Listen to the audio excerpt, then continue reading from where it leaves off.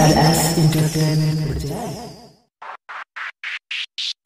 फगुआ घर घर मनबै छै उआ पूरी बनबै छै सारा राजा होली है भाई होली है डीजे लाल बाबू जय मां कत्यानी रिकॉर्डिंग स्टूडियो मानसी एक कन्या सिंगिंग बाय बंसीधर चौधरी के यो रे लगा बई रंगबा या बिरिया के यो गाबै छै जोगीरा गे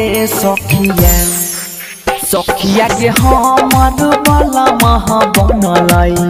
बए मनमा होली के कारण संग में खेल वही गे सखिया के हमारा बलमा बनलै बए मनमा होली के केरा संग में खेल वही गे सखिया मिक्स बाय बबलू बंसाली होली के कारण संग में खेल वही गे सखिया ससुरा में रहै देवारा दुलरुआ से हो बनलै कठोरा बागे सखिया के सैया हमर बनलै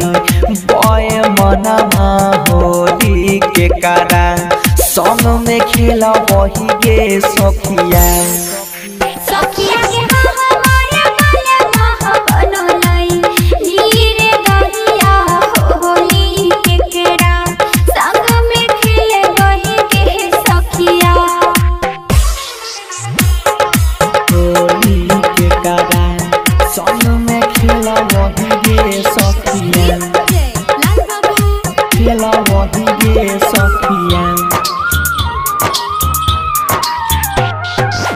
फगुआ के दिन में बहै छै हमारा अखिया से झरा झरा लोरा बागे सखिया के सोनू सुधीर भी छैन दाना होली के कारण संग में खेल वही गे सखिया के सोनू सुधीर आही छेना दहन होली के केरा संग में खेल वही गे सखिया के यो रे लगा बई रंगबा या बिरिया के यो गाबै छै जोगीरा गे सखिया के हमर बला महा बनलै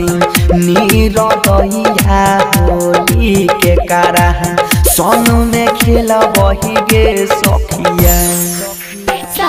के हमारा बलमा बनलै बए मनमा होली के केरा संग में खेल वही गे सखिया जय मां कत्यानी रिकॉर्डिंग स्टूडियो मानसी एक कन्या।